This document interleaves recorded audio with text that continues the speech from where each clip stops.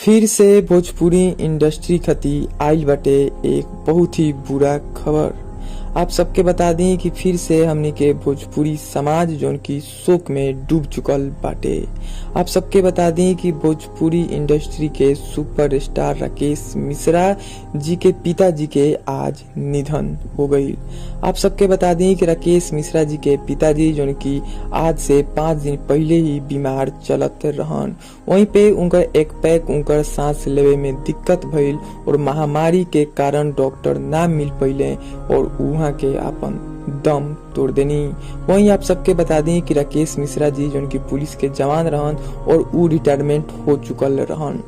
ओकरा बाद आरा के आवास उ अपन आराम फरमावत हन, लेकिन अचानक उनकर 3-4 दिन पहले तबीयत खराब भइल और उनकर सांस लेवे में प्रॉब्लम भइल और अचानक आज उ अपन दम तोड़ दिले। इस जानकारी राकेश मिश्रा जी अपन सोशल मीडिया हैंडल फेसबुक से दिले और लिखले कि आज मैं टूट गया हूँ, अपने जीवन का अनमोल रत्न आज खो दिया।